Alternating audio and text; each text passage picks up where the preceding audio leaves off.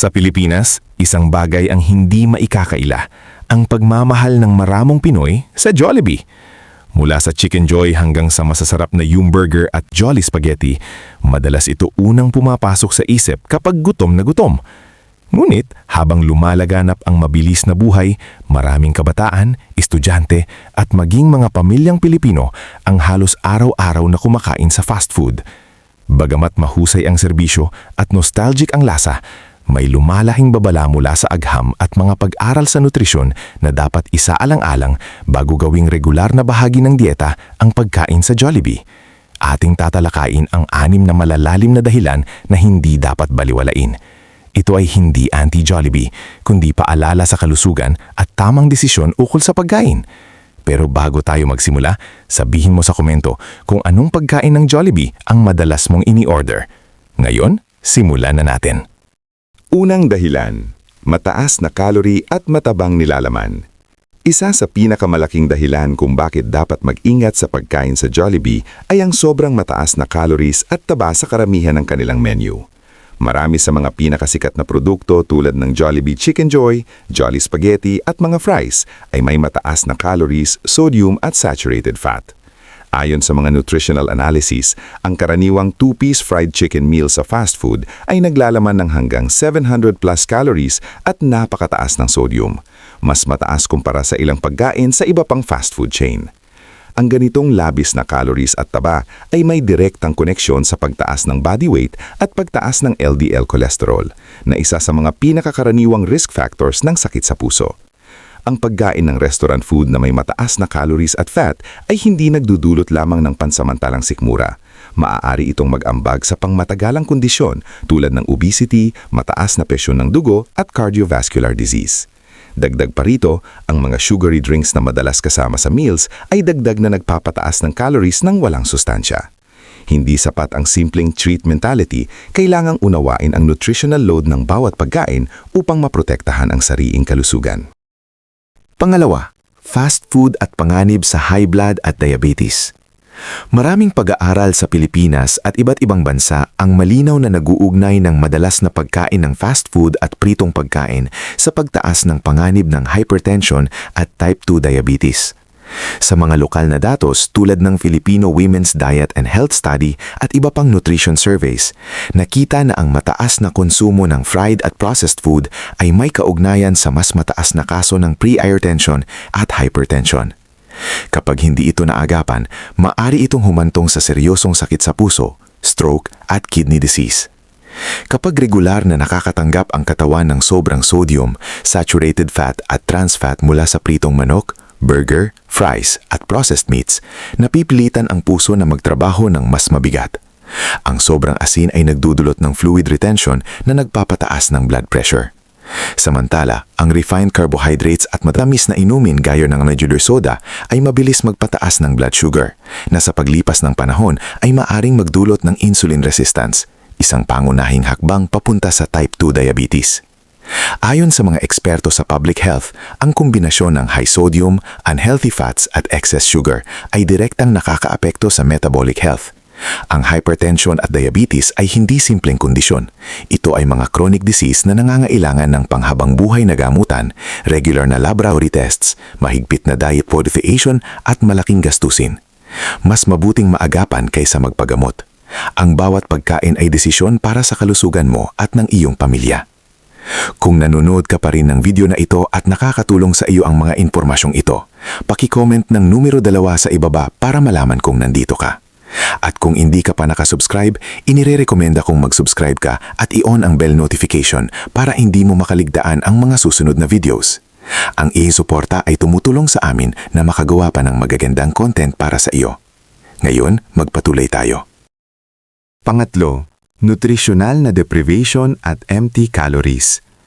Habang ang Jollibee ay kilala sa masarap at comforting na lasa, mahalagang maunawaan ang konsepto ng empty calories na madalas iuugnay sa fast food.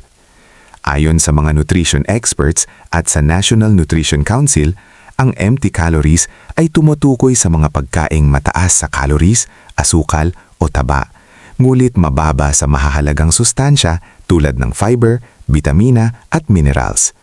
Ibig sabihin, nakakakuha ang katawan ng maraming enerhiya pero kulang sa nutrisyong kailangan ng cells para gumana ng maayos.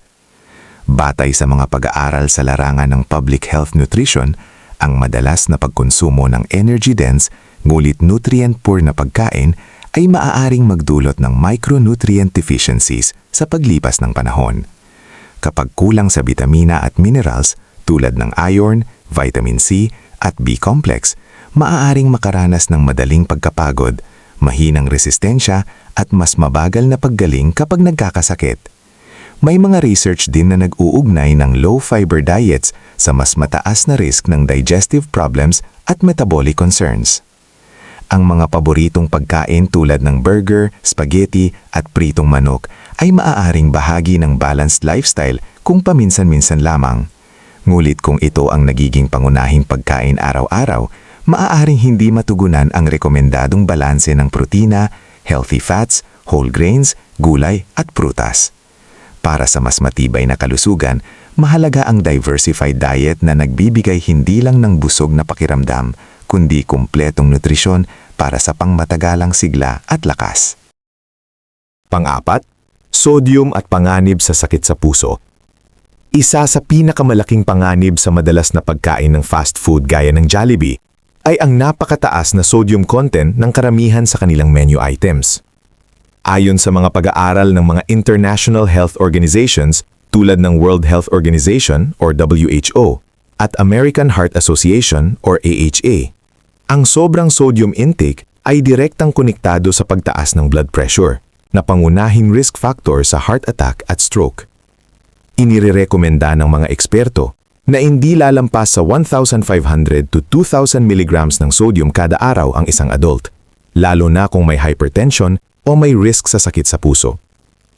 Sa isang typical fast food meal na may kasamang fried chicken, burger, fries, gravy at soft drinks, posible nang maabot o malagpasan ang buong araw na sodium limit sa iisang kainan pa lamang.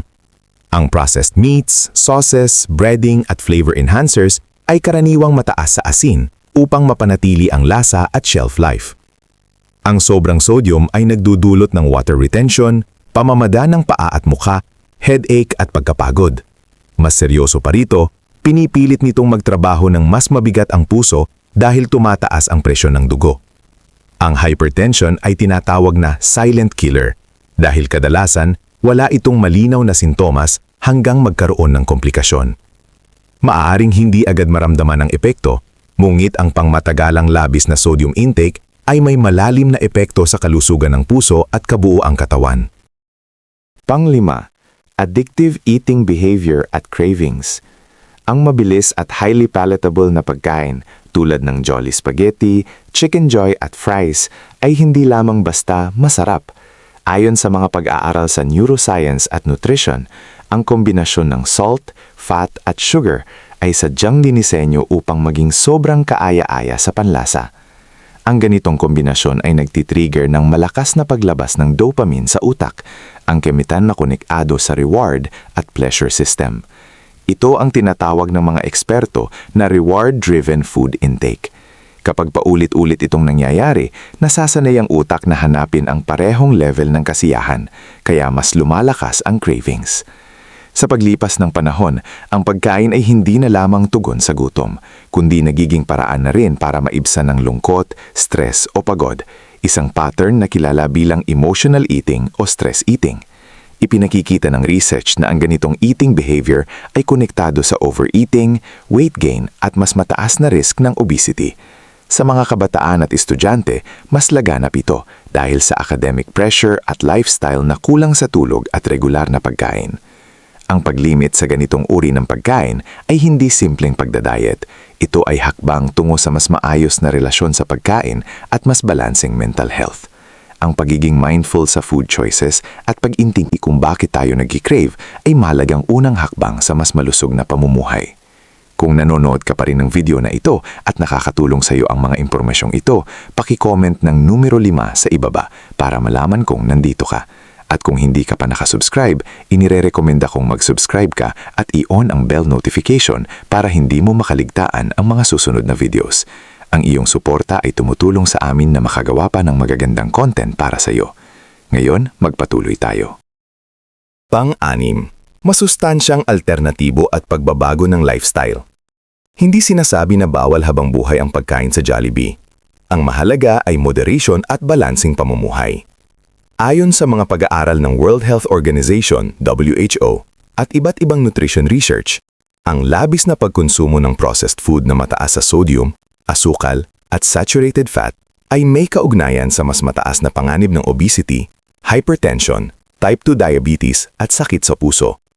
Kaya imbes na gawing regular na bahagi ng araw-araw na pagkain ng fast food, mas mainam itong ituring na occasional treat lamang. Marami namang masustansyang alternatibo na abot kaya at madaling ihanda. Sa mga karinderya, maaari kang pumili ng pinakbet, tinolang manok, inihaw na isda, o ginisang gulay.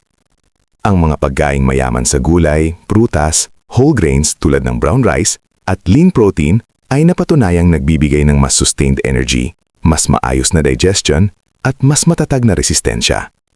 Ipinapakita rin ng pag-aaral na ang high-fiber diet ay tumutulong sa pagkontrol ng blood sugar at cholesterol levels.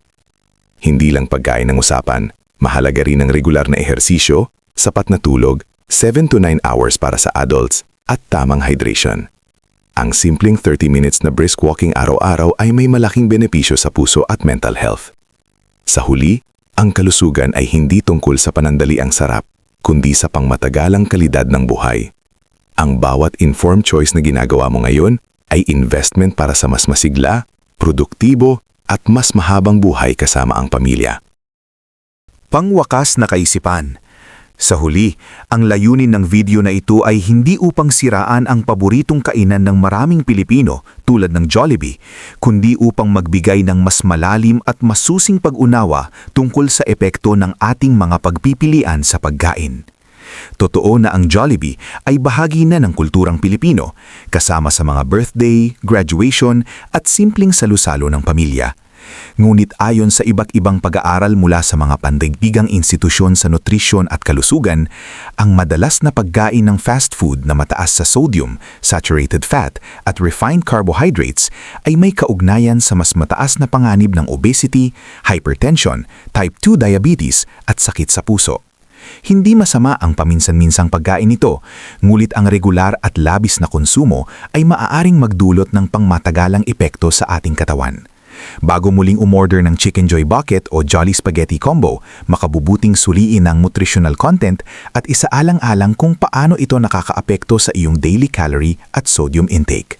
Maaari ring maghanap ng mas balansing alternatibo o magdagdag ng mas maraming gulay at prutas sa araw-araw na pagkain.